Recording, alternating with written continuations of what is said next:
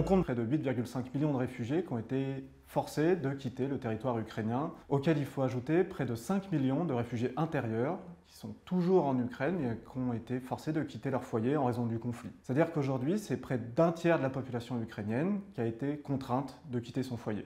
On a pu obtenir des évaluations assez précises, notamment données par le Haut Commissariat aux réfugiés de l'Organisation des Nations Unies, le UNHCR, qui a comptabilisé dans chaque pays les réfugiés ukrainiens déplacés. Ce comptage nous a aussi permis de dresser un profil finalement assez précis de ces populations réfugiées. On sait notamment qu'au fond, près de la moitié de ces réfugiés ukrainiens sont composés de femmes, adultes, auxquels il faut ajouter un tiers d'enfants et environ 15% de personnes âgées.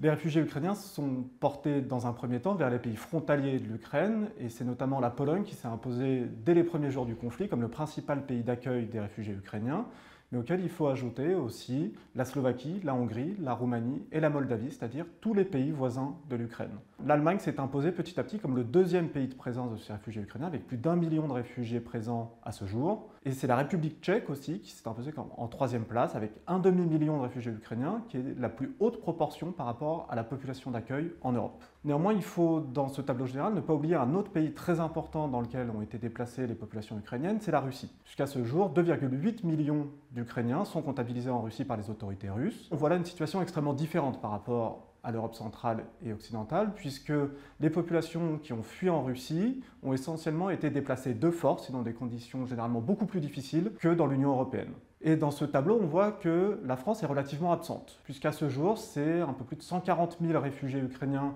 qui sont présents sur le territoire français, alors que la France représente environ 15% de la population européenne. La France est même derrière des pays comme l'Espagne ou l'Italie, qui accueillent plus de 170 000 réfugiés ukrainiens à ce jour. Et il y a plusieurs raisons à cela. La première, c'est d'une part la très faible présence d'une diaspora ukrainienne en France, qui était estimée à peu près 20 000 personnes avant l'offensive à grande échelle, alors qu'elle dépassait les 200 000 personnes en Italie, par exemple. Alors, la très grande majorité des réfugiés ukrainiens présents dans l'Union bénéficient du statut de la protection temporaire, qui est une disposition européenne qui a été activée pour la première fois le 3 mars 2022 dans le cadre de cette crise des réfugiés ukrainiens. C'est un statut qui est finalement un entre-deux entre le statut de réfugié et un statut de migrant, tel qu'on peut le connaître plus habituellement. C'est un statut qui, d'une part, permet la libre circulation des réfugiés ukrainiens à travers tout le continent européen. Et c'est aussi un statut qui leur permet d'obtenir assez rapidement des droits de protection, de l'aide, de l'argent, des dispositifs d'insertion et d'hébergement. Les réfugiés peuvent en bénéficier pendant 1 an, elle est potentiellement renouvelable une fois, mais finalement elle marque bien cet entre-deux de l'accueil des réfugiés, mais qui en même temps ont vocation, pour une majorité d'entre elles, à rentrer dans leur pays ou à se normaliser en s'intégrant, notamment sur le marché du travail des pays européens.